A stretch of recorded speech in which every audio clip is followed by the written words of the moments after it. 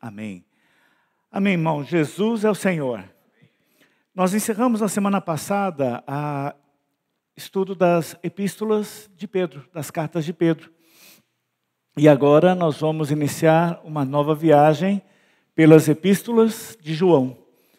João, aquele apóstolo a quem o Senhor amava, aquele que tinha intimidade com o Senhor a ponto de se reclinar no seu ombro, de descansar, de tocar no Senhor, de estar perto. Aquele que foi, junto com Pedro e Tiago, convidado a participar no Monte da Transfiguração para ver, já de maneira antecipada, o que o Senhor havia preparado por toda a eternidade. Então, nós vamos agora entrar nas epístolas de João, que foram escritas lá por volta dos anos 85 a 90. Foram as últimas porções da palavra já escritas e inseridas aqui. E quando foram escritas, muita coisa já estava acontecendo no meio do povo de Deus, perseguições, diáspora, pessoas sendo caçadas porque ostentavam um nome que incomodava, que era o nome de Jesus. E aqui João vem fazer coro com Paulo, com Pedro, para encorajar aqueles que estavam passando por essas situações de perseguição e sofrimento e que também haviam permitido que na igreja começassem a entrar outros ensinamentos. Qual é o propósito dessa carta? É justamente advertir os leitores acerca dos riscos que nós temos quando nós permitimos que um pouco de fermento acabe levedando a massa.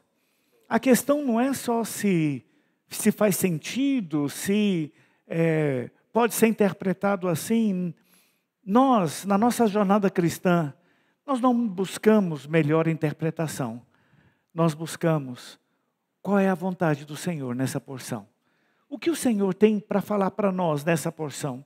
E para poder analisar qualquer porção da palavra, não adianta eu pensar um versículo e extrair dele alguma engenhosidade bombástica para poder gerar muitos likes e muitas curtições. Nós precisamos usar toda a Bíblia para entender a Bíblia. Porque a Bíblia ela é coerente do começo ao fim. Ela não vai se contradizer. Ela não vai apresentar teses que chocam entre si. O que era, o que é e o que há de ser, todos têm uma mesma harmonia, porque procedem da mesma mente brilhante que inspirou homens ao longo de 1.600 anos para escrever um livro. E que hoje pode estar nas suas mãos, pode estar no seu celular, pode ser acessado em qualquer momento. Então, graças ao Senhor, vamos agora entrar em mais uma porção. Pois bem, as igrejas naquela época de João, na época final do primeiro século ali, elas estavam sendo assediadas por vários pensamentos heréticos que se desviavam da vontade do Senhor, daquilo que o Senhor queria trazer para o seu povo. Esses pensamentos eram chamados de gnosticismo, de linhas de pensamento que misturavam ali filosofia, misturavam uma série de outras ações, uma série de outros pensamentos que não tinham na palavra seu fundamento.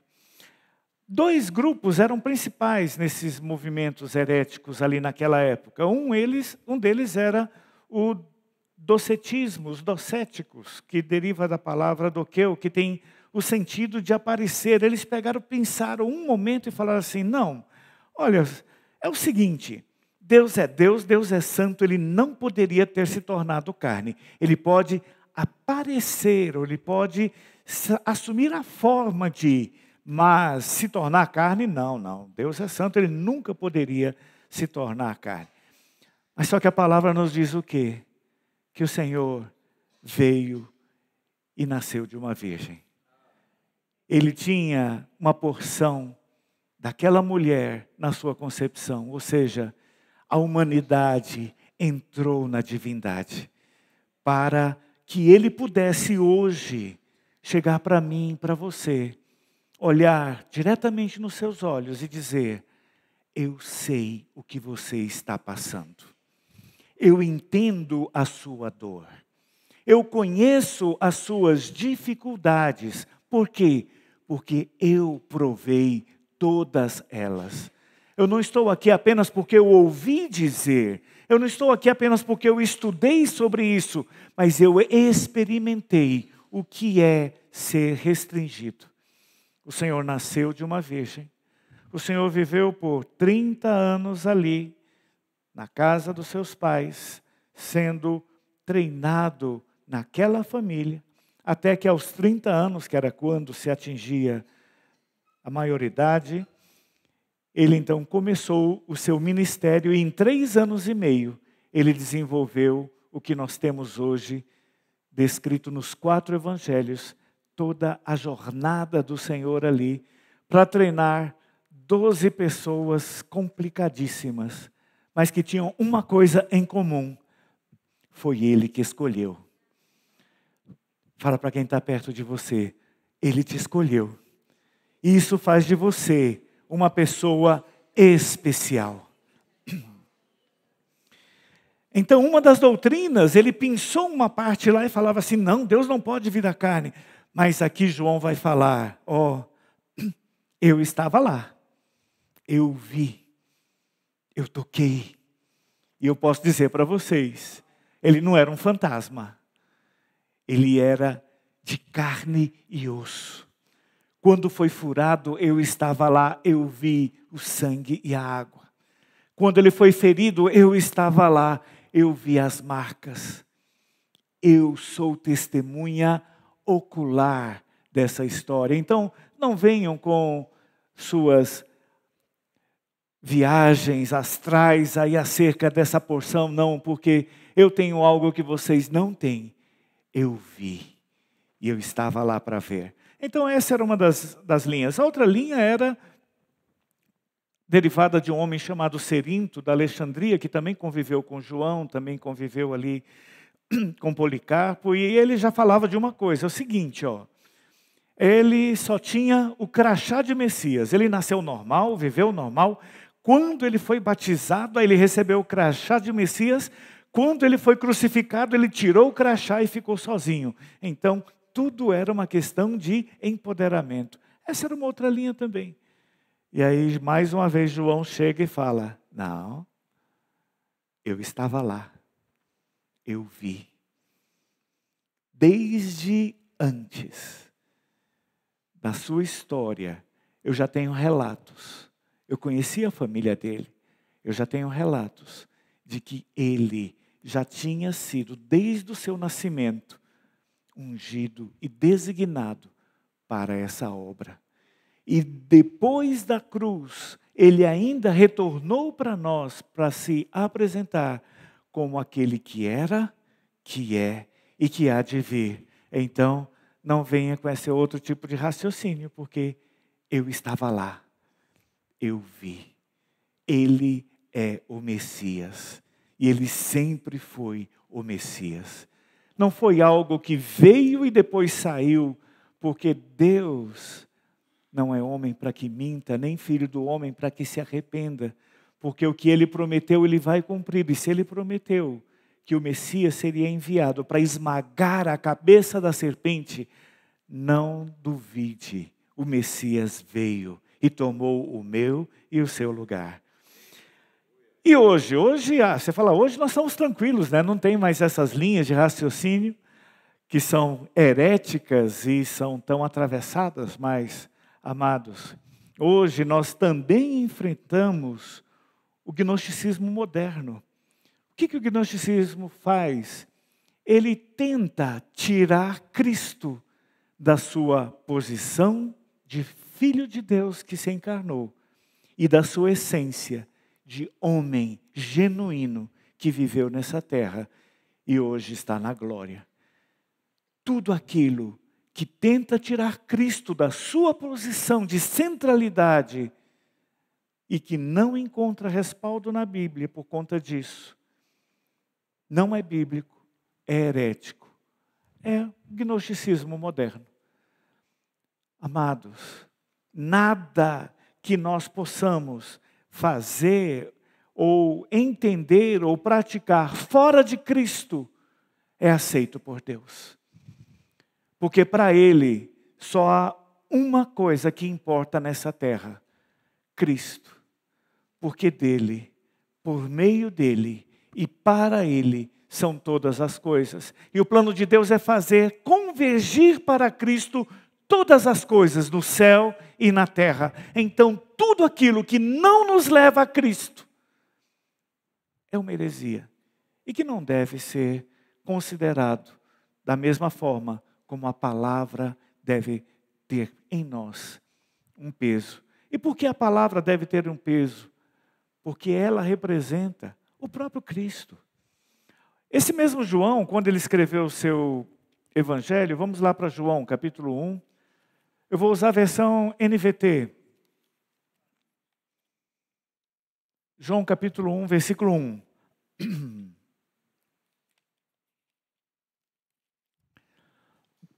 No princípio, aquele que é a palavra já existia. A palavra estava com Deus e a palavra era Deus. Vamos ler até o 5. Ele existia no princípio com Deus.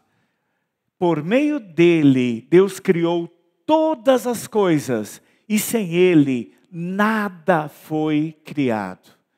Aquele que é a palavra possuía a vida, e a sua vida trouxe luz a todos.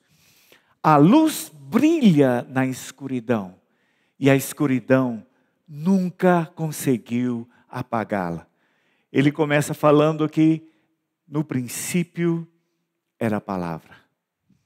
Aquele que era a palavra já existia. Então, esse mesmo João aqui em 1 João 1:1, agora eu vou usar a NAA, ele diz assim: o que era desde o princípio, o que ouvimos, o que vimos com os nossos próprios olhos e contemplamos que as nossas mãos apalparam a respeito do verbo da vida. Aqui nós vemos João muito coerente, tanto lá no Evangelho como aqui, ele se preocupa em nos lembrar de uma coisa.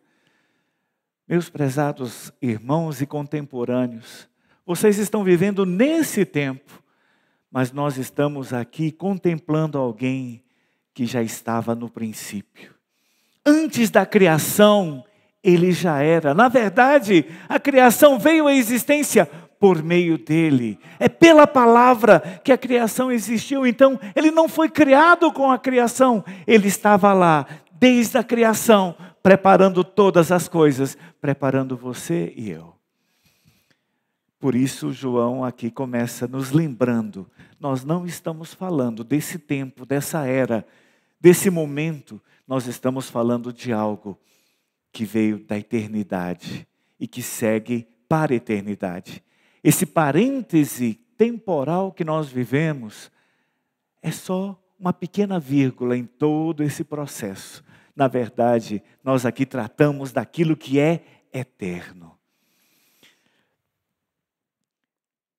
Ele é aquele que existia desde o princípio. Aquele que João podia dizer, eu vi com os meus próprios olhos. Mas ele falava aqui no plural, por quê? Porque ele e os outros apóstolos que com ele conviveram com Jesus eram testemunhas. Não era só a palavra dele. Nós tínhamos a palavra dele e de mais vários outros servos de Deus que estavam ali sendo testados, provados e aprovados ao longo do tempo, eram conhecidos e as suas palavras eram respeitadas, porque eles estiveram com Jesus. E aqui João vem falar, olha, eu estava, eu vi, eu contemplei. Eu não apenas vi, mas eu cheguei um momento que eu, ao olhar, eu falo, gente, eu preciso prestar atenção nisso que está sendo falado aqui. eu preciso entender a profundidade, a extensão, a largura, o comprimento dessas palavras que estão sendo faladas aqui. Que profundidade, que intensidade. Eu não apenas quero ver, eu quero agora também contemplar. Eu quero ficar aqui com uma permanente contemplação ou permanente admiração daquilo que eu estou tendo a honra de presenciar. Nós não estamos aqui por um acaso do destino. Nós estamos aqui porque lá na eternidade, o Senhor já olhou para você e já pensou, eu vou conquistá-lo para mim. Tivemos um problema no meio do caminho.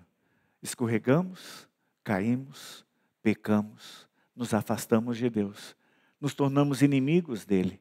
Sendo criados à imagem de Deus, nos tornamos a expressão do inimigo dele dessa terra e passamos a viver uma vida autônoma, distante de Deus.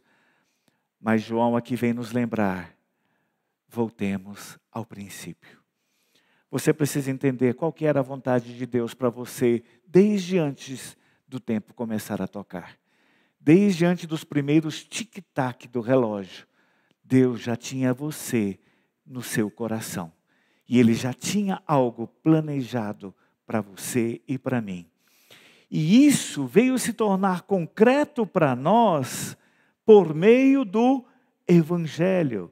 Por isso que aqui, João completa, versículo 2 do capítulo 1, diz que essa vida, ela se manifestou. Nós a vimos e dela damos testemunho e anunciamos a vocês a vida eterna que estava com o Pai e que nos foi manifestada. Essa vida eterna que estava com o Pai, ela não tinha, por nossa própria condição, ela não tinha como nos alcançar por uma simples razão. Deus é santo, nós pecadores. Um Deus santo não poderia entrar em contato com aquele homem pecador. Mas Jesus, sendo rico em misericórdia, Ele se despiu da glória. Ele deixou a glória que lhe era devida. Ele deixou o seu lugar no trono que lhe era devido. E Ele se revestiu de uma natureza humana. Imaginem só, o Deus Criador se sujeitou a uma gravidez de 9 meses. Se sujeitou a um parto no meio de uma viagem. Se sujeitou a ser acomodado em um estábulo, em um lugar onde os animais iam para comer. Se sujeitou a fugir porque estariam passando por um momento de perseguição por conta das profecias que já falavam dele. Se sujeitou a ficar no Egito até que o Senhor trouxesse de volta para uma cidade pequena e desprezada, para uma cidadezinha lá na beira do nada, lá para Nazaré. E ele viveu ali, naquela família simples, naquela condição humilde, para poder entender o que você e eu passamos. E para poder chegar para nós e falar, eu sei o que você sente. Eu entendo você, porque eu, sendo Deus, não usei os meus superpoderes de Deus. Os homens sempre ficam querendo ser os X-Men da vida e achar algum superpoder fantástico que o torne diferente de todo mundo. Cristo tinha todos os poderes. E Ele abriu mão de todos os poderes para viver uma vida igual à sua vida, igual à minha vida. Ele se tornou carne para ser como eu e você. E isso não era algo apenas de encenação, como falavam de maneira tão inapropriada os hereges gnósticos daquela época. Não era uma encenação. O Senhor não veio para poder fazer aqui um teatro no nosso meio. Não, Ele provou cada uma das nossas dores. Ele tomou sobre si as nossas dores. Ele levou sobre si as nossas transgressões. O castigo que nos traz a paz, Ele colocou sobre Ele. E pelas suas pisaduras nós fomos sarados. Ele tomou o nosso lugar, porque Ele era um homem perfeito e um Deus completo. Ele era totalmente Deus e Ele era totalmente humano. Ele tomou o nosso lugar. Ele é a palavra que se tornou carne.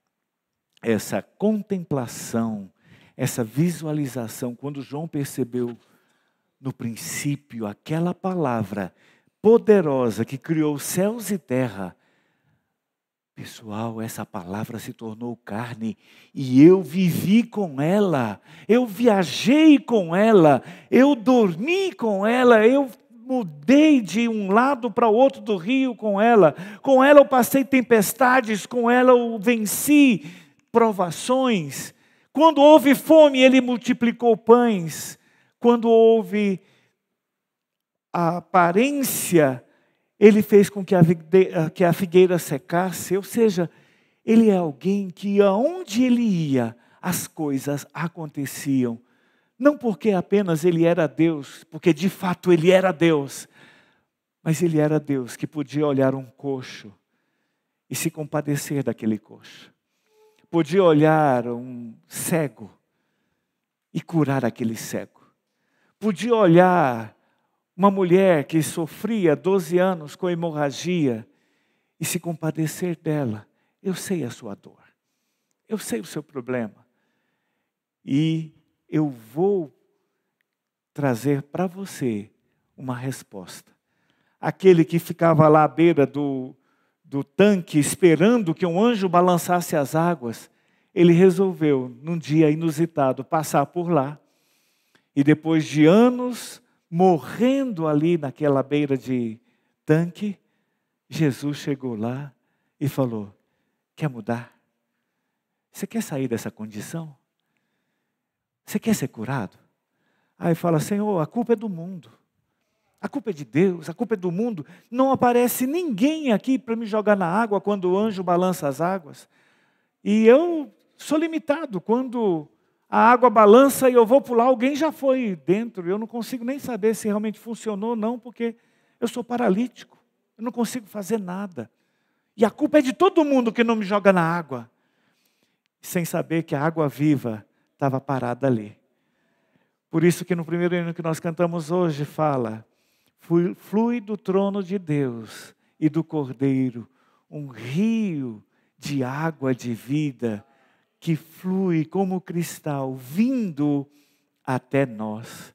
O que Jesus fez foi falar: ó homem pecador, distante de Deus, você nunca conseguiria alcançar os céus.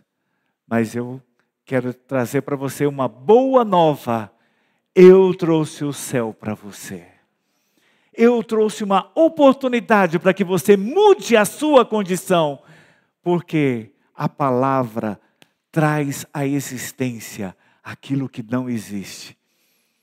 Como nós cantamos há um tempo atrás, aquilo que parecia impossível, aquilo que parecia não ter saída, aquilo que parecia ser minha morte, mas Jesus mudou minha sorte. Fala quem está do seu lado aí: eu sou um milagre. Eu sou um milagre. Alguém que não tinha direito de estar aqui. Uma palavra foi lançada lá na eternidade. O verbo veio, se tornou carne. E essa palavra de vida trouxe vida a quem estava morto em seus delitos e pecados. E nós nos levantamos. E hoje nós conseguimos ir à presença do Pai. Por quê? Porque a palavra viva nos alcançou e mudou a nossa história. Louvado seja o Senhor. Esse é o Evangelho. O Evangelho não é algo que você consiga fazer, não é algo que você consiga elocubrar nos seus pensamentos, mas é algo que faz sentido quando Cristo é a essência, quando é a esfera, quando é a expressão. Cristo precisa ser tudo em todos. E aí nós vemos a expressão do Evangelho em movimento. E é isso que João vai falar. Essa vida se manifestou. Eu não estou aqui para falar para vocês do meu exílio em Pátimos. Eu não estou aqui para falar para vocês quais são as atribuições de alguém da família dos sacerdotes? Eu estou aqui para falar para vocês de uma história de alguém que viveu com a palavra da vida e que, como a palavra da vida, viu vidas sendo transformadas, viu mortos ressurgirem, viu doentes serem curados, viu transformação em quem tinha direito, que eram os judeus, e quem não tinha direito, que era uma oliveira brava. Mas aquele agricultor habilidoso pegou aquela oliveira brava e enxertou na oliveira verdadeira. E aqueles que não tinham direito, que não tinham promessa, agora foram incluídos na palavra da vida, na oliveira verdadeira. Não é uma questão de capacidade, não é uma questão de competência, é só uma questão de: o rio chegou para mim, a palavra chegou para mim e mudou a minha história. E João, ele começa tanto o seu evangelho quanto a sua primeira epístola falando disso. Eu não tenho para vocês uma questão teológica, um teorema para dizer. Eu tenho para vocês a minha história de vida, porque eu vi, eu ouvi e as minhas mãos apalparam a palavra da vida. E agora dela eu dou testemunho e anuncio a vocês a vida eterna que estava com o Pai, agora está disponível para você e para mim. Louvado seja o Senhor. Agora, quando você chega nessa parte aqui, o versículo 3 diz o quê? O que vimos e ouvimos, anunciamos também a vocês, para que vocês tenham comunhão conosco. Então João já vem falar: olha, essas palavras dogmáticas, heréticas, que têm sido espalhadas no meio da congregação, no meio dos filhos de Deus, e que tentam desviar a sua atenção, tirando os seus olhos de Cristo e colocando os seus olhos em várias outras coisas, que podem ser boas, podem ser interpretadas assim se elas forem descontextualizadas, mas se elas não suportam a análise de toda a Bíblia, mas descontextualizadas, elas podem ter diversas acepções, diversas aplicações. Mas ele já vem nos dar uma dica aqui, já vem nos dar uma vacina. Você quer saber se você está promovendo a palavra da vida? É simples. A primeira coisa que essa palavra da vida vai gerar em você é uma necessidade desesperada de você ter comunhão. Para que vocês também tenham comunhão conosco. A palavra de Deus, que tem Cristo como centro, tem Deus como inspiração, tem o Espírito como essência. Essa palavra, ela nunca vai chegar para você e vai falar: não. Essa palavra é de alguém que vê um leproso que deveria ficar longe do povo, porque era contagioso, porque contaminava uns aos outros.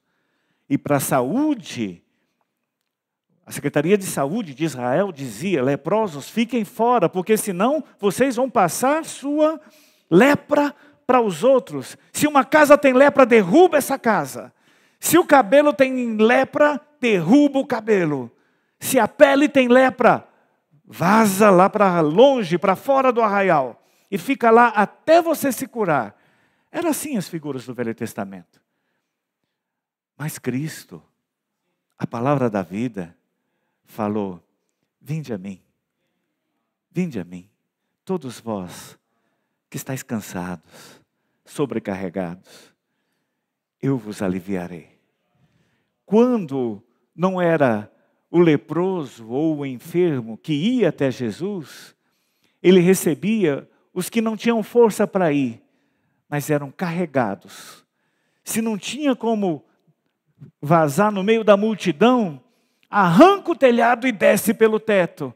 Mas a questão é: eu preciso fazer com que você se achegue até Jesus, Porque se você ouvir o que ele tem para falar, se ele falar uma palavra só para você, a sua história muda.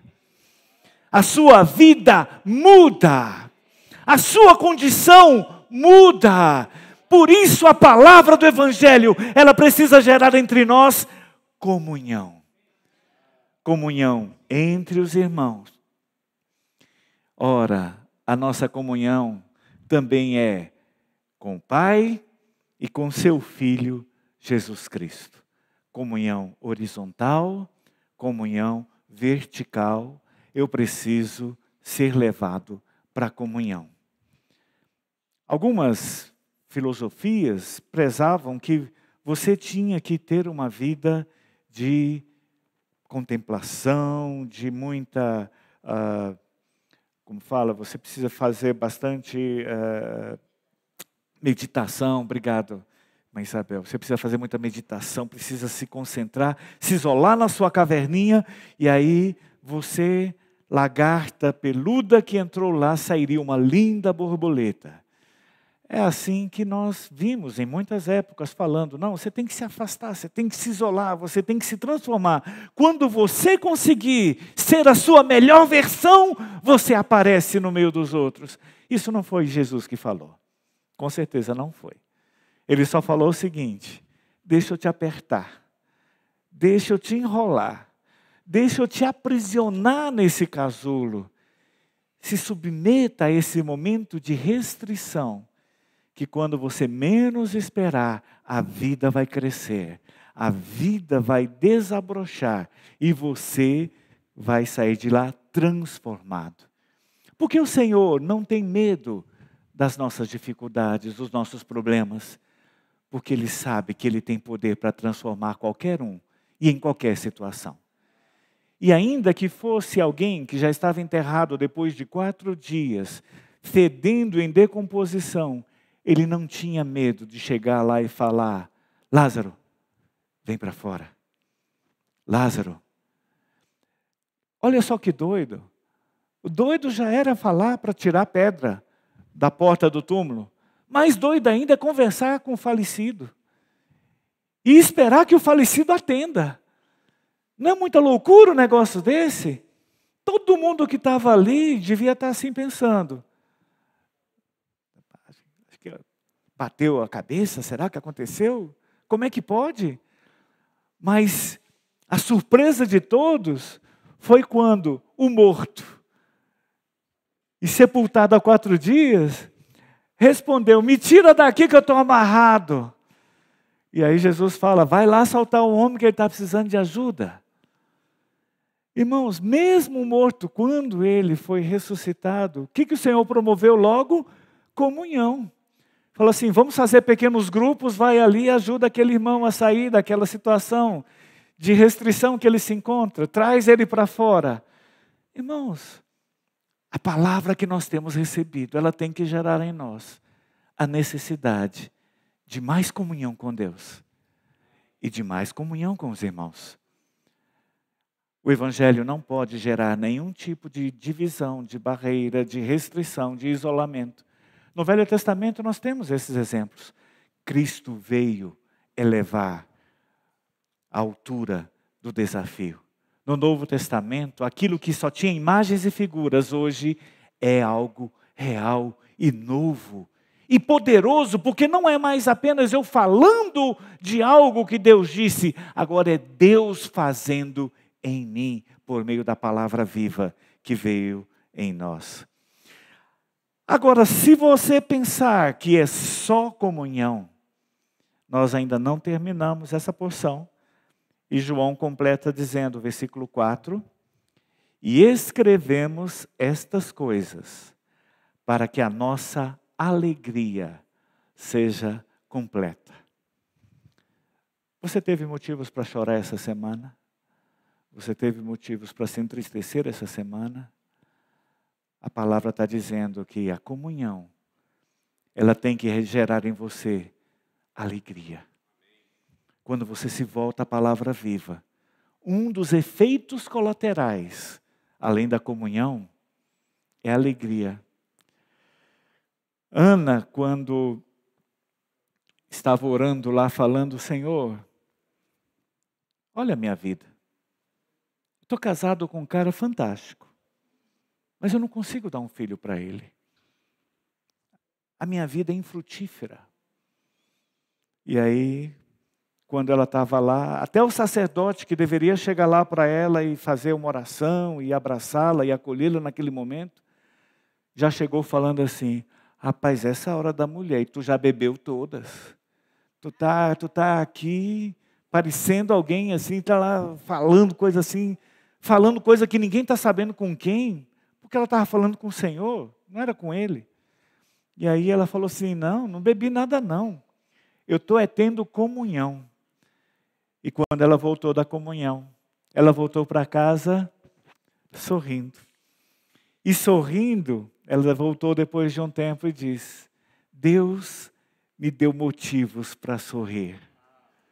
Deus me deu motivos para sorrir. Eles não estão em nós, mas na comunhão nós recebemos motivos para sorrir. Olha a história de Jó.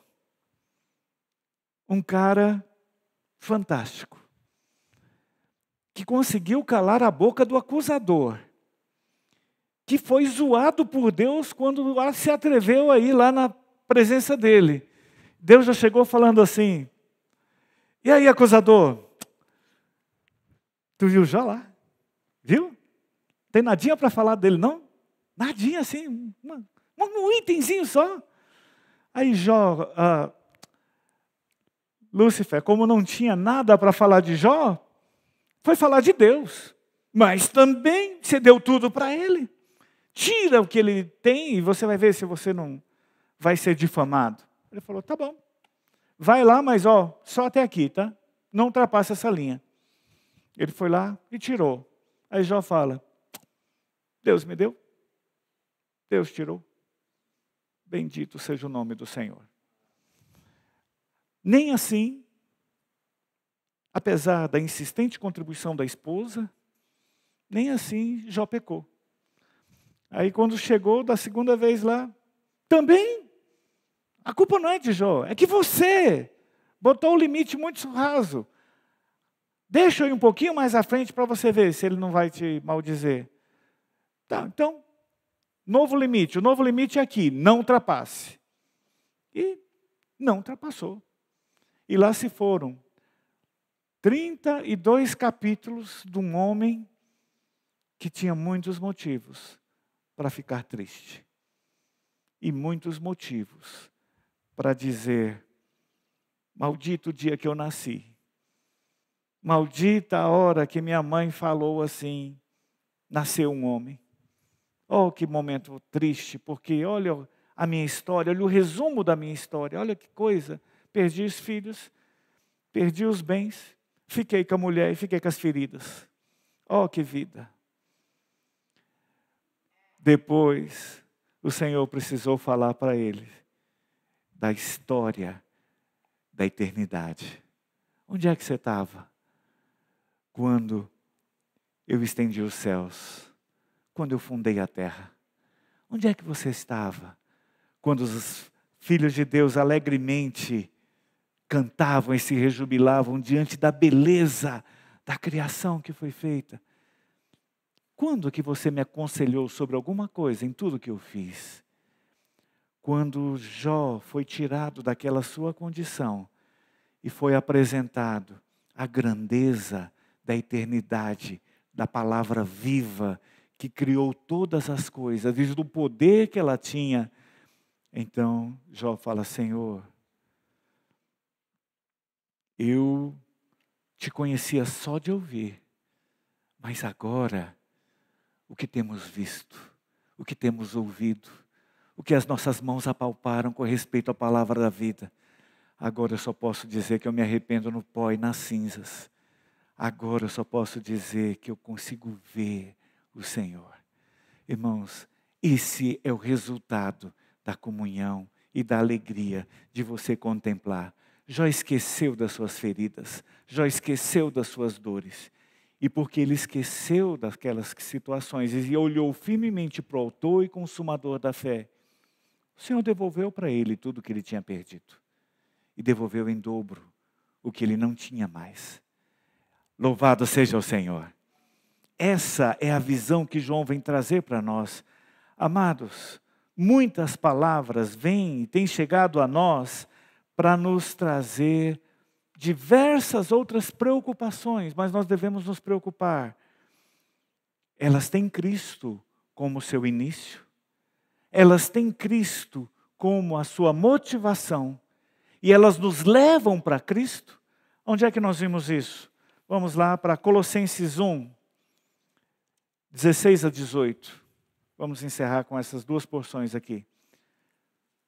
Porque, como eu falei, a palavra precisa justificar a palavra. Então vamos ver Paulo lá em Colossenses falando para nós. Em 2024, outubro de 2024, ele vem nos lembrar. Vamos ler a partir do versículo 13.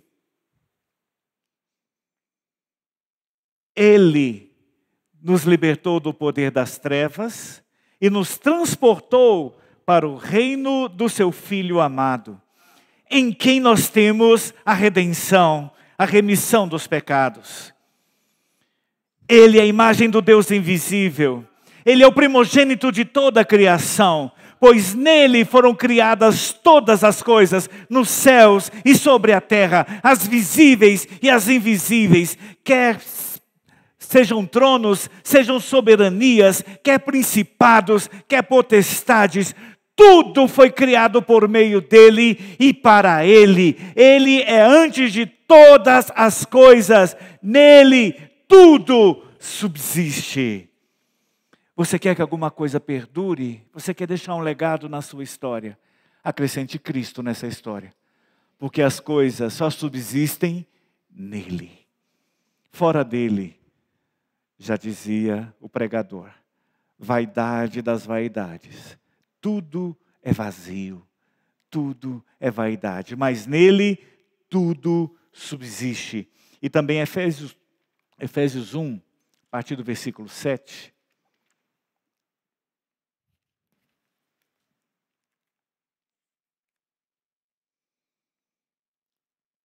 Complementa assim, falando que ele nos concedeu gratuitamente no amado, nele temos a redenção, pelo seu sangue, a remissão dos pecados, segundo a riqueza da sua graça, que Deus derramou abundantemente sobre nós, em toda sabedoria e entendimento.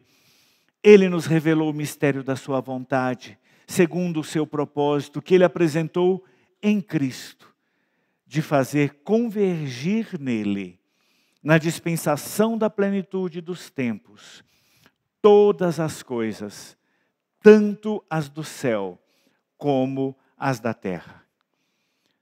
Tudo aquilo que não tem Cristo como essência, não tem Cristo como origem, não tem Cristo como motivação e não tem Cristo como alvo, é heresia, não é bíblico.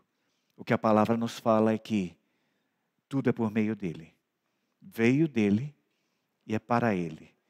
Todas as coisas. A sua casa é dele, por meio dele e para ele. O seu futuro é dele, por meio dele e para ele. As suas batalhas têm que ter vindo dele, tem que avançar por meio dele e ao final tem que ser para ele. Convém que ele cresça e que nós diminuamos.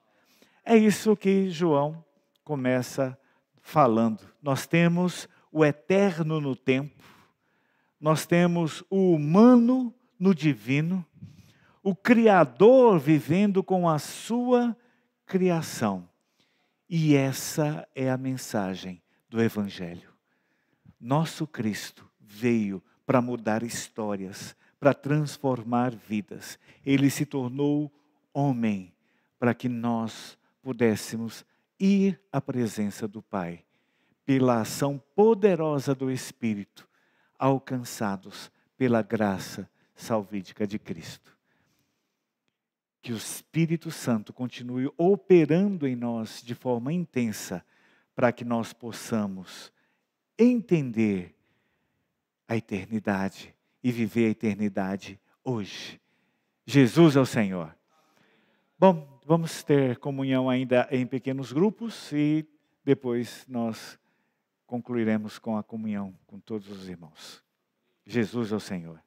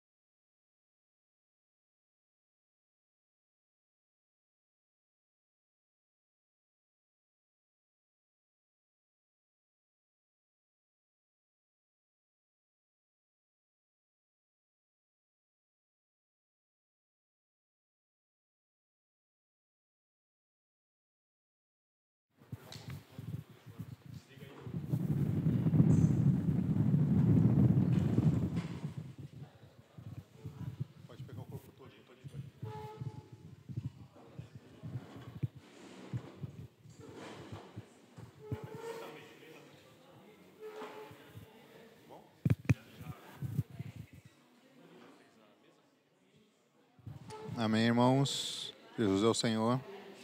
Vamos começar aqui mais um compartilhar junto com os irmãos. Amém. Espero que esteja tudo bem com o áudio. Pedimos desculpa para os irmãos aí. A gente teve um probleminha no áudio durante os hinos, mas foi normalizado, né, durante a mensagem. Graças ao Senhor. Problemas técnicos. Mas já... Hoje nós começamos, né, a parte de 1 João. Sim. E foi muito rico, né, esse primeiro compartilhar de João, né? Foi, na verdade, uma pancada, né, que o Alex colocou pra gente, né? De forma doce e suave. Mostrando realmente qual é a autoridade de Cristo, né? Amém. Muitas vezes nós deixamos a pessoa de Jesus, né? Ao mesmo tempo eu acho muito pessoal, mas ao mesmo tempo é um pouco perigoso hoje que a maioria dos evangélicos, ele fala muito de Jesus e pouco de Cristo. Ou seja, fala muito da pessoa de Jesus, mas pouco da autoridade que Cristo tem. Então, Jesus, realmente, ele quer ter um relacionamento pessoal conosco. Amém. Mas, enquanto autoridade, ele tem toda a autoridade, porque ele passou por um viver humano, ele passou por um processo aqui na Terra, né? Ele se esvaziou como Deus, e hoje ele conhece as nossas necessidades, não porque ele é Deus e porque ele conhece todas as coisas, mas porque ele passou por isso. Ele venceu todas as coisas. Amém. Então, por isso que ele tem autoridade, não é apenas algo dado pelo fato dele ser Deus, mas é pelo fato dele ser homem e vencer enquanto homem. Isso é maravilhoso. Amém, amém. De fato, o Alex deu um bom panorama, né, do que estava acontecendo na época que João escreveu essas cartas, né? Não só João, mas os outros apóstolos também escreveram cartas, todos alertando sobre o perigo de vários ensinamentos que estavam sendo introduzidos na igreja naquela época. Né? Isso é algo que acontece em todas as cartas que a gente viu até agora, né? Em todas as eras, pelo visto, né? A gente vê isso frequentemente acontecendo. Hoje temos ainda vários ensinos que aparecem, né, até no meio dos cristãos, que são, na verdade, heréticos, né? Em detrimento do que realmente o Evangelho nos traz, né? Por exemplo, a gente viu isso em Tiago, né, que foi por volta ali de 40, 50 depois de Cristo, aí veio de novo com Pedro, com volta de 60 depois de Cristo, depois de novo com Pedro, de novo por volta de 70 depois de Cristo, depois agora com João por volta de 90 depois de Cristo, ou seja, a cada década parece que as coisas iam se infiltrando dentro do cristianismo da época e o quão isso era danoso para os irmãos, porque os irmãos ali ainda estavam conhecendo o Evangelho, conhecendo o Cristo, né?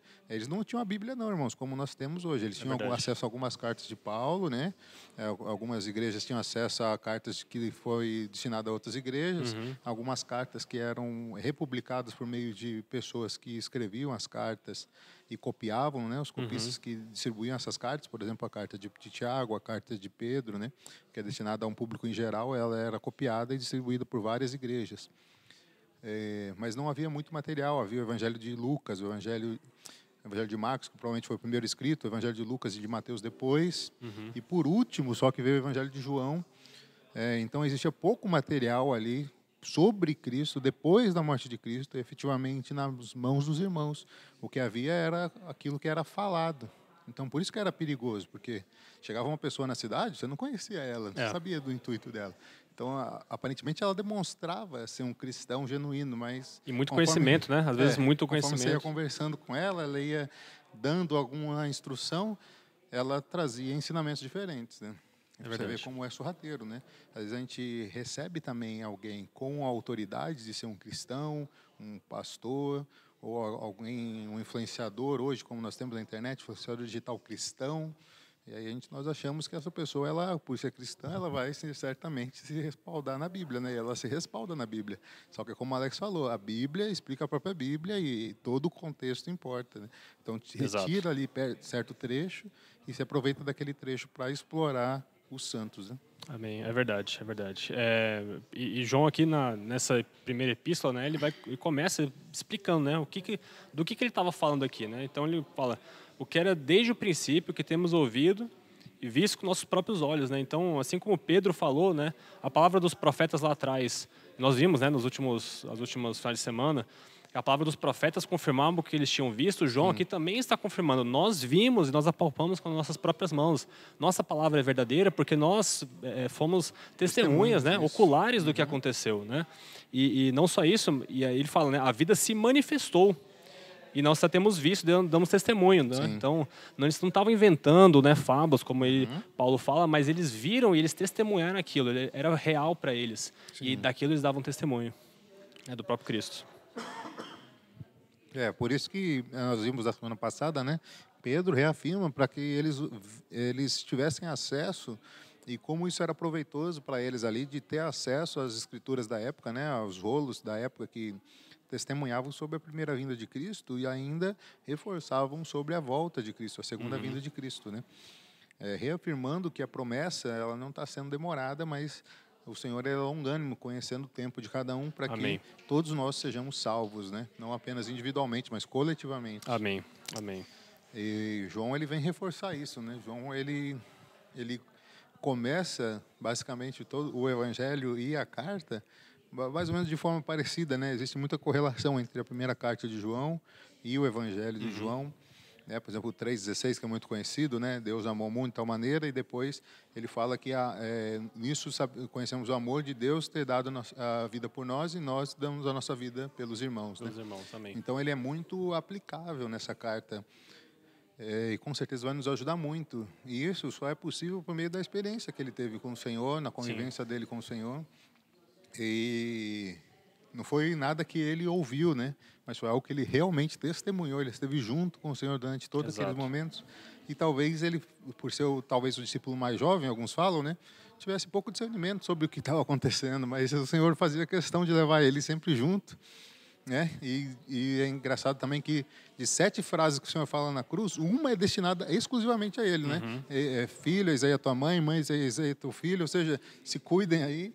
Então, mostra o cuidado do Senhor que teve para com ele, e isso é retribuído por meio dessas 3 cartas, por meio do Evangelho de João, por meio de Apocalipse, mostrando que o Senhor realmente fez um trabalho na vida de João, um trabalho por meio desse testemunho que ele teve, mas também depois de tudo que ele viveu e tudo que ele experimentou com o Senhor durante esse tempo todo, né? Sim, e João, ele estava sempre próximo do Senhor, né?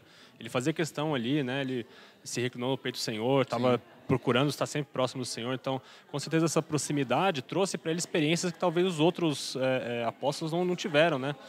Experiências pessoais mesmo. Então, ele aplica isso para a vida dele e para as cartas. Ele coloca isso nas cartas, né? Ele fala muito, a gente vai ver nos próximos capítulos, né? Mas fala do amor de Deus para conosco, né? Então, isso você percebe que ele tinha isso, uma realidade muito grande nisso, né? O Alex nem avançou muito dos versículos hoje, né? Porque realmente é um livro tão denso que fica complicado de fazer aquele esquema que nós fizemos nas outras cartas, foi levar um capítulo a 2 por mensagem, capítulos por mensagem, porque realmente cada versículo ali ele diz muito, né?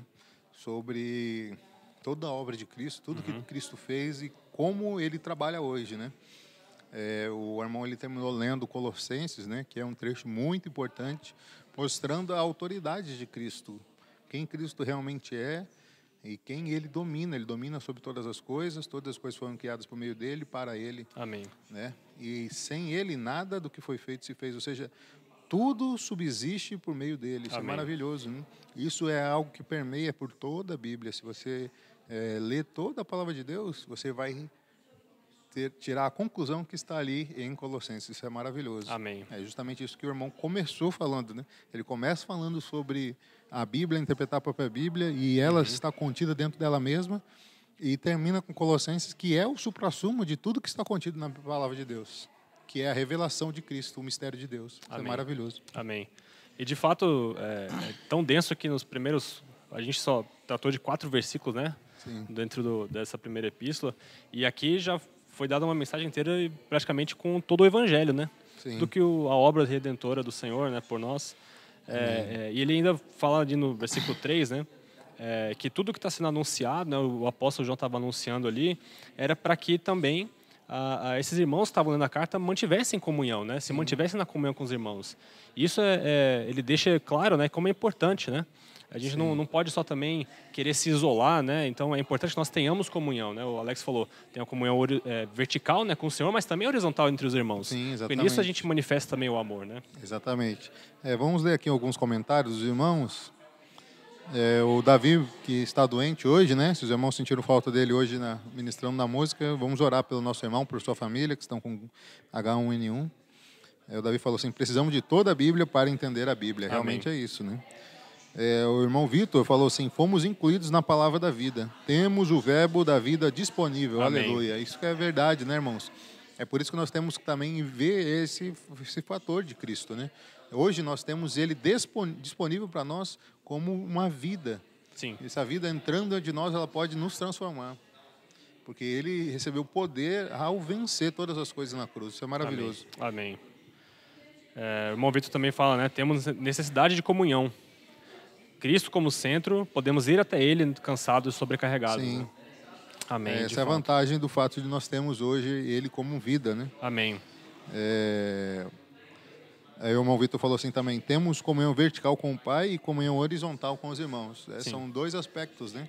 Embora a melhor forma de você fazer isso talvez seja aqui, né? Por exemplo, os irmãos ali, que estão presencial hoje, estão ali tendo comunhão da palavra que acabaram de receber, né? Essa é uma comunhão dupla, né? Porque eles estão tendo comunhão com os irmãos, ao mesmo tempo estão tendo comunhão com o Pai, porque é uma comunhão totalmente espiritual, né? Isso é maravilhoso. Amém.